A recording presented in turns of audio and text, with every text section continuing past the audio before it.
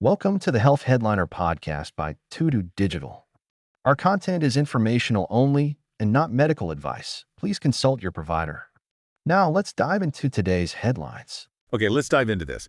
You know how it goes. Mm-hmm. You step on the scale, maybe the number hasn't really changed much from years ago. Mm-hmm. But then you, I don't know, catch a reflection or try on those jeans that used to fit perfectly, and things just feel, well, different around the middle. Yeah, that sort of creeping expansion. It's a really common experience as people get older. Exactly. And, it's not just how you look. That extra belly fat, it can really cause problems, right? Like raising the risk for diabetes, heart issues. And absolutely. It has real health implications. So the big question, the real head scratcher is why? Why does this happen?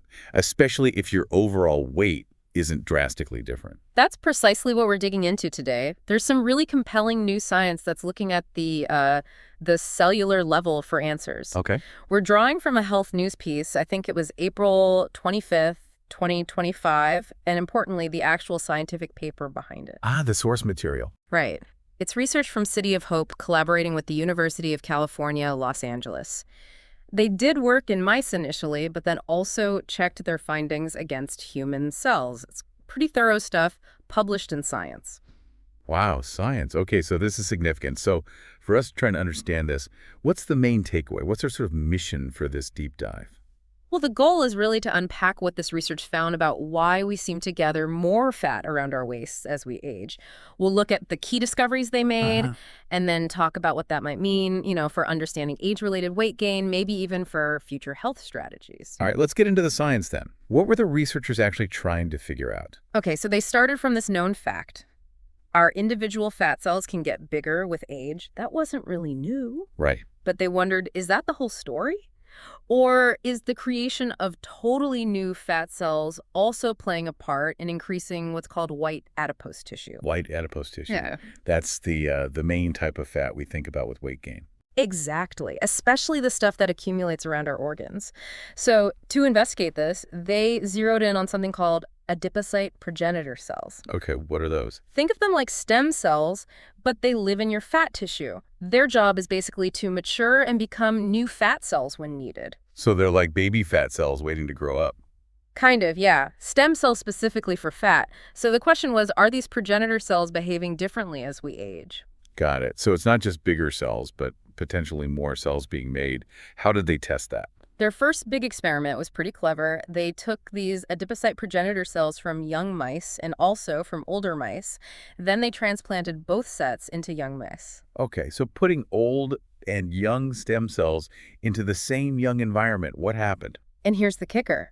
The progenitor cells that came from the older mice, they suddenly started churning out a lot of new fat cells really rapidly, even inside those young mice. Wow, so even in a young mouse, the old cells acted.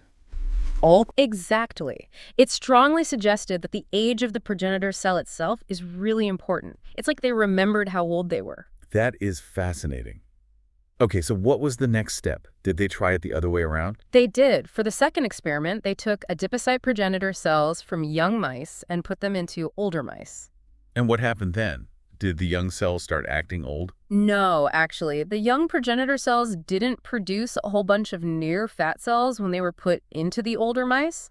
So that really hammered home the idea. The older progenitor cells seem to have this built-in, higher capacity to make fat almost regardless of the environment they're put in. Okay, so the cell's age is definitely key. But why? How did they figure out what was different inside those older cells? Right, that's the molecular piece. They used a really sophisticated technique called single-cell ribonucleic acid sequencing. Okay, break that down for us. So, ribonucleic acid, or RNA, carries instructions from our genes. This technique lets you look cell by cell at which genes are active, which instructions are being read at that moment. It's incredibly detailed. Like a snapshot of what each individual cell is doing. Precisely. And when they compared the gene activity in these progenitor cells from young mice versus older mice, they saw something striking. What was it? The progenitor cells from the middle-aged mice showed this dramatic surge in activity compared to the young ones. And this heightened activity was directly linked to making new fat cells. And is this where that new type of stem cell comes in, the one that shows up later in life? You got it. That super detailed gene activity picture allowed them to spot a specific subtype of progenitor cell that seems to emerge, or at least become much more prominent, in middle age. Okay. They gave it a name. Committed preadipocytes, age-specific, let's just call them age-specific fat precursor cells for simplicity. Age-specific fat precursor cells. Wow. Rolls off the tongue better. And these are the ones causing the trouble. These seem to be the main players, yes. They found these age-specific precursor cells were really busy making new fat cells, which explains why the older mice were gaining more fat, especially around their belly area. So what makes these specific precursor cells so, well, productive at making fat? Did they find a mechanism? They did. They identified a particular signaling pathway. It involves a receptor on the cell surface called the leukemia inhibitory factor receptor. Leukemia inhibitory factor receptor. Okay. This receptor and its pathway seem to be absolutely critical for these age-specific precursor cells to multiply and then actually turn into mature fat cells, specifically in the older mice. Wait, so only in the older mice? That's the really interesting part. Young mice don't seem to rely heavily on this leukemia inhibitory factor receptor signal for their normal fat cell production, but in older mice, these age-specific precursor cells become highly dependent on it. It's like an on switch for making more fat that gets flipped in middle age. That's a huge difference. Okay, so they figured this out in mice. Always the big question. Does any of this apply to humans? Crucial question. So yes, they moved on to look at human tissue. They got samples of adipocyte progenitor cells from people of different ages. And did they find our version of these age-specific precursor cells? They did. Remarkably similar cells, these age-specific fat precursor types. And importantly, they found more of them in the tissue from middle-aged people compared to younger individuals. Wow. And when they tested these human cells in the lab, they also showed a really high capacity for creating new fat cells. Okay, let's pull this together then.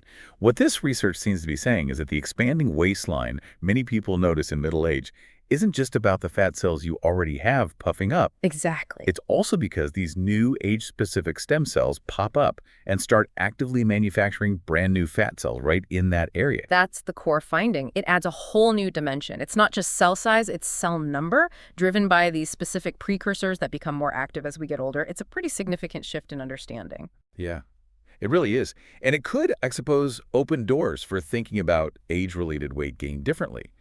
And maybe the metabolic problems that go with it. For sure. It points to a whole new biological process that contributes to it. And that leukemia inhibitory factor receptor pathway you mentioned. If that's so key for these age-specific cells in older individuals, could that be like a target, something to aim for with future treatments? That's definitely the hope, the potential implication here. If you could somehow modulate that signaling pathway, Right. maybe interfere with it safely, you might be able to slow down the formation of these new fat cells that appear in middle age. It's a potential avenue for therapies. Which could, in theory, help reduce that accumulation of belly fat and maybe lower the health risks, too. That's the long-term vision, yes. Targeting the creation of new fat cells, not just dealing with the existing ones. This sounds incredibly promising, almost revolutionary.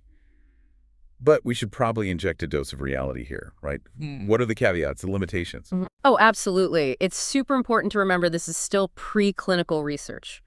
Early stages. Meaning mostly mice. Primarily mice, yes. With that validation in human cells done in lab dishes, not in living people. So there's still a way to go. Okay. We need a lot more research to really understand how these age-specific precursor cells work in a whole living system, first in animals, and eventually, carefully, in humans. Right, because what happens in a petri dish or a mouse doesn't always translate perfectly to complex human biology. Exactly.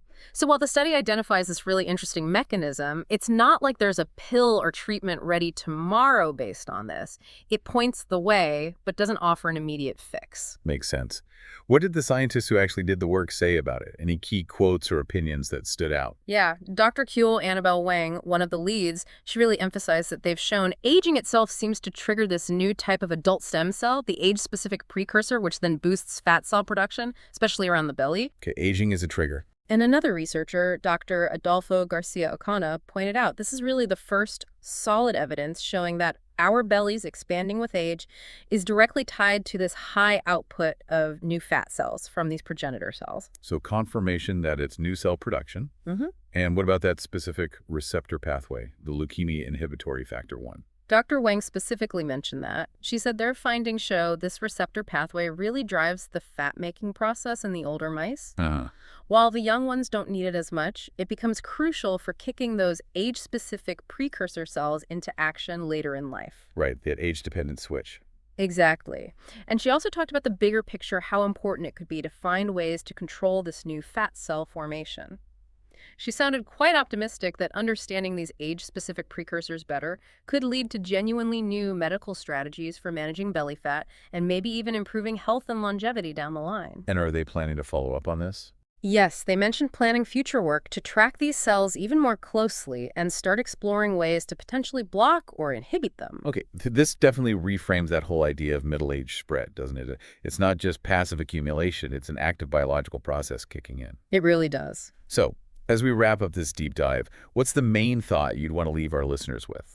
I think it's about considering how this knowledge might shift your perspective, you know? When you think about body changes related to age, it's not just about things slowing down or cells getting bigger. There might be these active age-triggered processes starting up, like the creation of new fat cells by these specific precursors. Yeah, it makes you think differently, and it sparks that question. If treatments could one day target these specific cells, what might that look like? How could it help us stay healthier as we age? It's a pretty powerful thought. Absolutely. And maybe one final thing to mull over. If aging can sort of unlock this fat-producing power in these specific stem cells, it makes you wonder what other cellular changes might be getting activated or switched on as we get older, and what could that mean for other parts of our health or even the aging process itself. Thanks for tuning in to the Health Headliner podcast by To Digital. Like and subscribe for more health news and breakthroughs. Stay healthy and informed. See you next time.